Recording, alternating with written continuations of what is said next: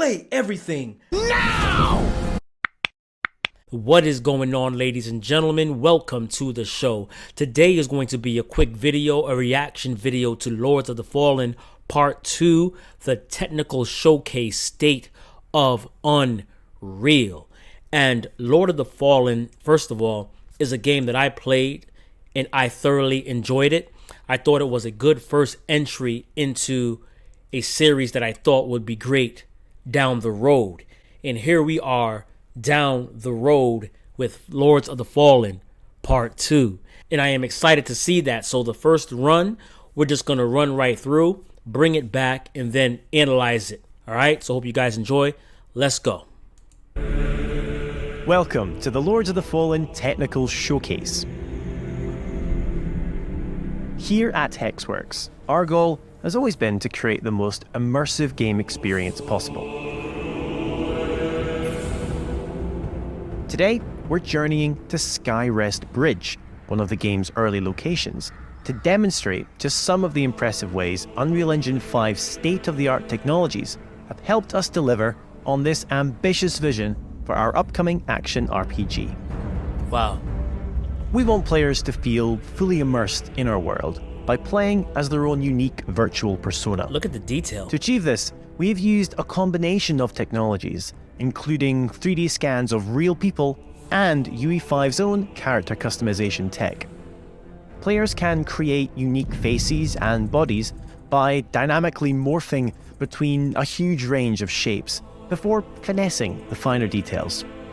Our extensive selection of armor sets seamlessly adapt to whatever shape the player chooses. It's really important to us that we represent as wide a proportion of our audience as possible. For sure, for sure. Body Being able to positivity. customize your hero in Lords of the Fallen is only the beginning. Oh boy. Each and every one of our characters is incredibly detailed, using high-resolution textures. Get up close to any surface in the game, like this tunic for example, and detail texturing provides incredible levels of micro detail. Wow. How these objects move and behave is also crucial for player immersion. UE5's Chaos Physics engine facilitates advanced simulations for clothes, chains, hair, belts, and a whole lot more. This helps to substantially enhance the secondary motion in all our characters, making their movements look much more lifelike. Okay. The lighting in Lords of the Fallen takes full advantage of Unreal's brand new Lumen GI. We've been able to light our complex environments in real time, meaning we can immediately see the effect of a light bounce, for example, without waiting for the traditional slow baking processes. Watch how the lighting reacts as we move our light source around this environment. Look at the detail. Global illumination like this In the stone. can be quite demanding on processing, so we also make use of emissive shapes to add additional details to the lighting of any space. We can then fine-tune these light bounces on our nanite meshes, providing our world with impressive levels of detail and minimal impact on performance. Wow, okay. Perhaps the most important element of Lords of the Fallen is the ability to travel between two worlds. The realm of the living, Axiom, and the realm of the dead, Umbral. Okay. We've created our own custom toolset within UE5 that allows us to intricately craft these two environments side by side and seamlessly swap between them. This means our artists and designers can ensure these worlds feel intrinsically linked, like two sides of the same coin, even if one side is decidedly more horrific than the other. Yes, yes. On behalf of Hexworks, thanks for watching today's brief tech presentation. The twin realms of Umbral and Axiom await fearless adventurers later this year when Lords of the Fallen launches on PC and current-gen consoles. Big, that's big. So what did you guys think about that? I'm excited for it. One of the reasons I'm excited for it is it's only on current consoles only. So the game is not being held back too much because of that. I say too much because it's also coming out on the PC, and we know for the PC they have to accommodate different people with different graphics cards and setups so that the game can actually run. So there's no real uniformity there, as if it was just developed strictly for PlayStation 5 and Xbox Series X, which I assume will be an easier process if it was just that. Now, PC fanboys, that's no shade over there, because I play on the PC. I love the PC. I play on the consoles. I love the consoles. So I'm just shooting right down the middle. So don't crucify me, or the Skull King is going to get you. And another reason why I'm excited about Lords of the Fallen is because of its initial entry.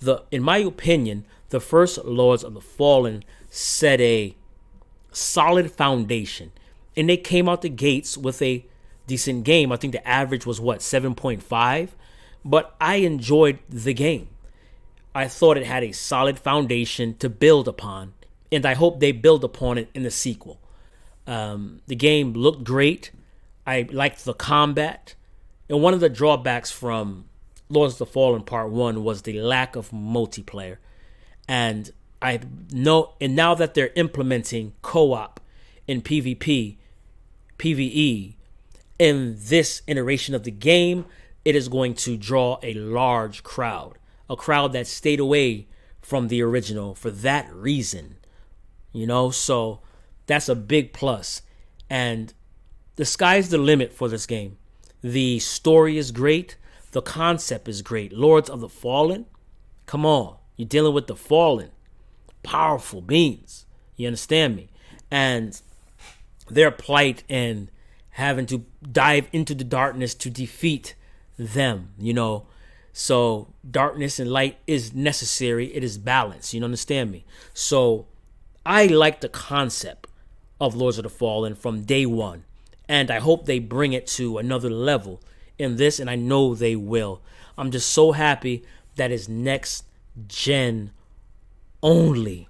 I am so happy we have these consoles and we're not really getting what we're paying for. They're not squeezing the juice out of these consoles because they have to cater to PlayStation 4, PlayStation Pro, Xbox X, Xbox S rather. We're tired of that. I know. I'm sorry for the people that don't have the PlayStation 5 and Xbox Series X, but listen, man, it's time. Those systems are really holding the generation back, and there's no point in us having these systems if we're always going to get stunted games. And they're even, off the subject here, they're even making some games play worse in order for parity across all consoles. And that's something that's really a problem, which I don't like, because it appears that PlayStation is outperforming PC, outperforming Xbox, but these companies are not taking advantage of the PlayStation 5, and they're dialing back so the PlayStation 5 performs like everything else. And that was brought to my attention with Harry Potter. So I'm going to pay attention to that while I'm playing it to see if that's the case. So anyway, back to Lords of the Fallen. I'm sorry. So yeah, guys, this was just a short video talking about Lords of the Fallen, man.